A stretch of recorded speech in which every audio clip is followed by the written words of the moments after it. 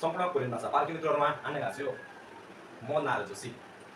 हिजो हामीले अप्रत्यक्ष कथनको पार्ट 1 मा चाहिँ व्यष्टि प्लस नदागु आधा नन्दागु आधा तागु आधा पढेका थियौं, जो चाहिँ जानकारी गराउँदाखेरि प्रयोग गरिन्थ्यो भने आज चाहिँ हामीले खान्छ भको अप्रत्यक्ष कथनको पार्ट 2 जागु आधा व्यष्टि प्लस जागु आधा लिएर आएका छौं। हजुरले जस्तो लाग्छ त्यस्तै कमेन्ट गर्न नभुल्नु होला। अब जाउँ हामी जागु आधातिर। जागु आधा भनेको कुनै औं भनेर भन्नु। औं भनेर भन्नु पहिलो व्यक्तिले भनेको अर्थात् कुनै पनि कुरा पहिलो व्यक्तिले भनेको कुरालाई दोस्रो व्यक्तिले जस्ताको त्यस्तै पहिलो व्यक्तिको उपस्थिति बिना तेस्रो व्यक्तिलाई भन्दाखेरि प्रयोग गरिन्छ। जस्तै कि हामीले रामले कुनै कुरा सँगै गरौँ भनेर श्यामलाई भन्यो। अब त्यो गरौँ भनेको श्यामलाई भनेको कुनै काम गरौँ भनेर भन्ने कुरा श्यामले चाहिँ जस्ताको त्यस्तै हरिलाई भन्दाखेरि प्रयोग गरिने राम्रो व्यष्टि प्लस जागु आधा। यो कुनै पनि प्रस्ताव गरेको कुरालाई जस्ताको त्यस्तै अरूलाई भन्दाखेरि प्रयोग गरिन्छ। यसको चाहिँ पुरै परिभाषा पनि पढ्नेछौँ, मैले परिभाषा लेखेको छु, हेर्नु होला। पहिलो व्यक्तिले दोस्रो व्यक्तिले कुनै काम सँगसँगै गरौँ भन्ने प्रस्ताव गरेको कुरा। पहिलो व्यक्ति राम हो। रामले चाहिँ कुनै पनि काम गरौँ भन्यो। अब रामले चाहिँ श्यामले कुनै पनि काम गरौँ भन्ने प्रस्ताव गर्यो। कुनै पनि काम सँगसँगै गरौँ भन्ने प्रस्ताव गर्यो भने त्यो गरेको कुरालाई चाहिँ अब श्यामले चाहिँ रामको उपस्थिति हुनु भएन त्यहाँनिर। यदि रामको त्यहाँनिर उपस्थिति भयो भने हुँदैन। रामको उपस्थिति बिना चाहिँ पहिलो व्यक्ति रामले भनेको कुरा श्यामले हरिलाई भन्दाखेरि रामको उपस्थिति बिना श्यामले हरिलाई भन्दाखेरि प्रयोग गरिने राम्रो व्यष्टि प्लस जागु आधा। तेस्रो व्यक्ति भनेको त्यहाँनिर श्याम हो, हरि हो। हरि दोस्रो व्यक्ति श्याम भयो, तेस्रो व्यक्ति हरि, पहिलो व्यक्ति राम। रामले भन्ने कुरा रामले कुनै काम गरौँ भनेर प्रस्ताव गर्यो श्यामलाई। श्यामले चाहिँ जस्ताको त्यस्तै उसले प्रस्ताव गरेको कुरालाई चाहिँ हरिलाई भन्दाखेरि प्रयोग गरियो। अब यसमा चाहिँ कुनै पनि अपवाद हुँदैन, र अपवाद पनि हुँदैन, व्यष्टि प्लस विभिन्न अपवादहरू पनि कुनै पनि अपवाद लाग्दैन। सिधै व्यष्टिको अन्तिममा चाहिँ दालाई हटाउने, व्यष्टिको अन्तिमको दालाई हटाउने, सिधै जागु आधा प्रयोग गरिने। सिधै जागु आधा प्रयोग गरिन्छ। व्यष्टिको अन्तिमको दालाई हटाइ सिधै जागु आधा प्रयोग गरिन्छ। अनि यसको सर्ट फर्म चाहिँ व्यष्टि प्लस जे हो। जस्तै हामीले चाहिँ अस्ति चाहिँ नन्देयो नदेयो र देयो पढेका थियौँ, त्यस्तै चाहिँ यसको जे हो। जे हो भनेको चाहिँ कुनै पनि काम चाहिँ जस्तै रामले कुनै पनि काम गरौँ भनेको कुरा श्यामले चाहिँ रामले त यस्तो भन्यो रे भनेर हरिलाई भन्दाखेरि प्रयोग गरिने राम्रो जे हो। जे हो भने औं भन्यो रे, औं भन्यो रे, यसको सर्ट फर्म चाहिँ जे हो। अनि त्यसै गरी अब चाहिँ हामी फोगी हेरौँ।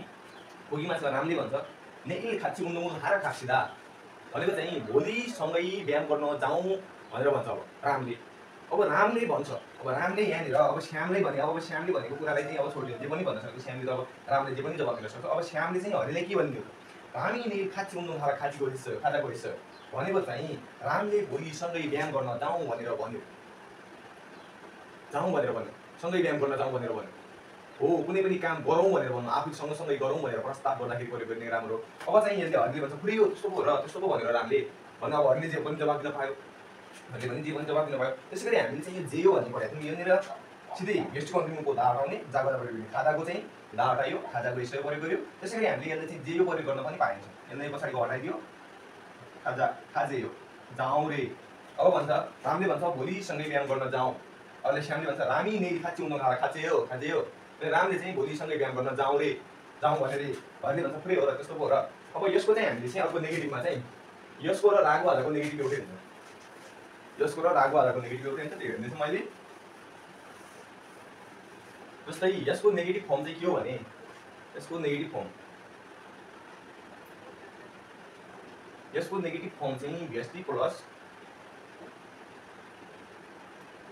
जिमान लागु आधा। व्यष्टि प्लस जिमान लागु आधा। नगरौँ भनेर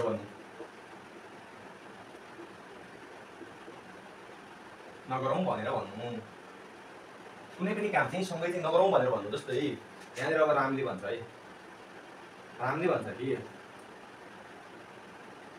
नेइल सौसो आने यो सौसो आने हाप्सिदा भोलि सरसफाइ नगरौँ भन्छ। अब यहाँनिर श्यामले भन्छ, उसले श्यामले जे जवाफ दियो पनि मतलब होइन। अब श्यामको जवाफले चाहिँ अहिले छोडिदिउँ। अब उसले भन्छ अब हरिलाई भन्दाखेरि हरि त हुनु पर्यो। अब श्यामको उपस्थिति हुनु भएन, हरि चाहिँ हुनु पर्यो भनेपछि अब यहाँनिर रामी भन्छ। अब रामी नेइल छौसो हाजीमान लागो हेरो, हाजी मान लागो हेरो। अब यहाँनिरहरूले जे भन्नु पनि पायोहरूले जे भन्नु पनि पायो भनेपछि राम्रै नेरी छङ्सो आने हाप्सिदा भन्छ भोलि चाहिँ सरसफाइ नगरौँ भनेर भन्छ अब चाहिँ श्यामले भन्थे राम्रै नेरी छङ्सो हाजिमा लागु गयो भनेको चाहिँ रामले भोलि सरसफाइ नगरौँ भनेर भन्यो त्यसको नेगेटिभ फर्म पनि पढ्यो यो चाहिँ अप्रत्यक्ष कथन खान्छ अब अप्रत्यक्ष कथनको सबैभन्दा सजिलो ग्रामर हो सबैभन्दा सजिलो पोइन्ट पनि हो भोलि हामी पढ्नेछौँ भेस्टिबुलस रागवादा हजुरहरूले कस्तो लाग्यो जस्तो कमेन्ट गर्नु होला भन्दै अहिले छुट्टी छौँ हस्